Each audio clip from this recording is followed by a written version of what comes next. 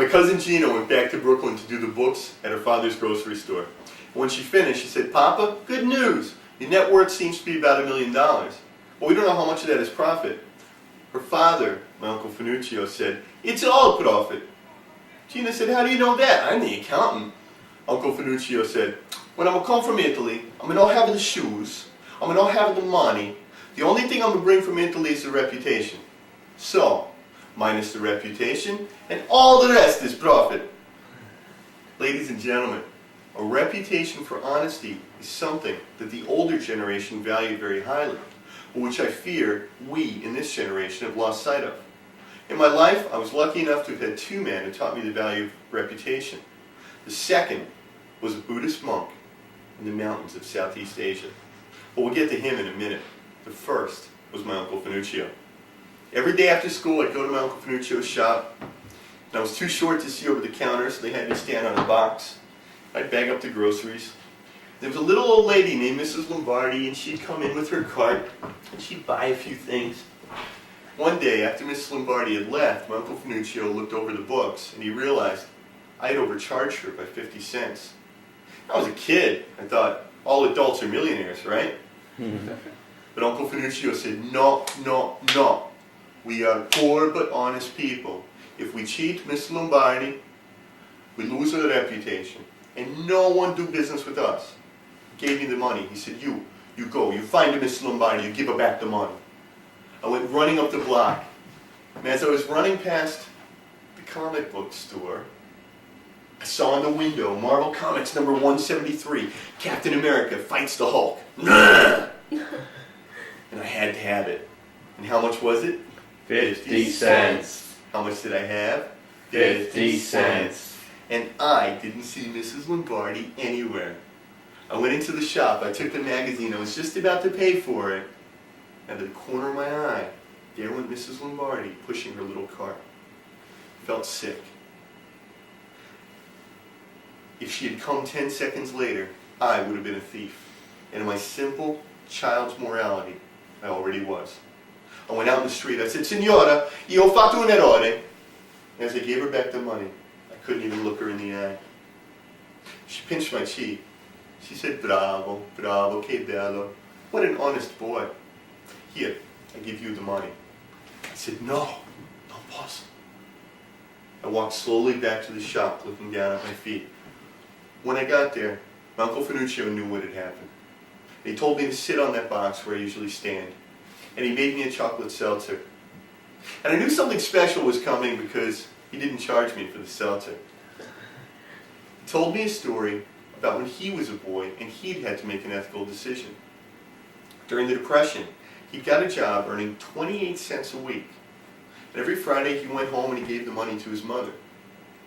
One Friday the boss said to him, "Finuccio, I like you. I give you a raise, 50 cents a week." When Finuccio left the shop that day, he suddenly realized he had an ethical decision to make. His mom didn't know that he got a raise. He could go home, give his mom 28 cents, and pocket the rest of the money. It took him 3 hours to walk home that night as he circled the block about 100 times, wrestling with his inner demons. He walked in the door. His mother was waiting for him. She said, "Give me the 50 cents. The neighbor had told her about the raise. As children, hopefully, you have your mother, your father, Uncle Finuccio, somebody there to help you see right from wrong. But as adults, our lives become very complicated. Our decision-making becomes difficult, and our morality becomes muddled. And when I was working on Wall Street, I was working in a commission-only situation. I was very driven to sell as much as I could to my clients, but at the same time, I had to be ethical with them. Constantly tempted to do the wrong thing. A colleague of mine sold a very low-quality investment plan, junk bonds, to a family who was hoping to use the money to pay for their daughter's college education. After the family left, the manager went to him and said, "You stole a college education from that girl so you could make a commission. You are a dishonest person." My colleague said, "I'm not a dishonest person. This is work. I'm only dishonest at work. At home, I'm fine." After 9/11, I went to Asia, and that's where I studied with the monks. And my monk told me a story about a man who fell asleep and dreamed he was a butterfly.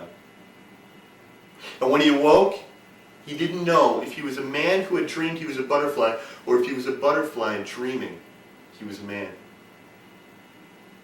And I said, Shifu, Nalianga Sajandada. I said, which one is true?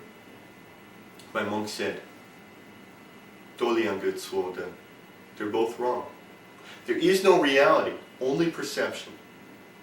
If people perceive you as a butterfly, you're a butterfly.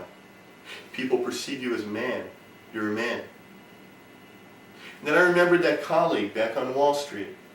It didn't matter that he believed he was honest. What mattered was that people perceived him as dishonest, and no one would do business with him. My mom told me another story about a merchant in a small village who had cheated his neighbor. Came to the Sifu and said, Shifu, I have lost my reputation. How can I regain it? And the Shifu told him, take a chicken, pluck off all the feathers and put them in a sack. Climb to the top of the mountain, and scatter the feathers on the wind, and return to me. It took him 3 months to climb to the top of the mountain and down. He almost died.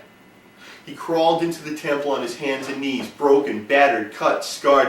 Shifu, I've done what you asked. Please, how can I regain my reputation? And the Shifu said, when you do wrong to one person, he tells another, who tells another, who tells another, and soon your reputation is scattered on the wind like those feathers. If you wish to regain your reputation, go out and gather up all the feathers. The man said, but Sifu, that's impossible. Sifu said, yes, it is. My Uncle Carmine had used the word reputation. My monk used the word perception. But at the end, I realized they were both the same.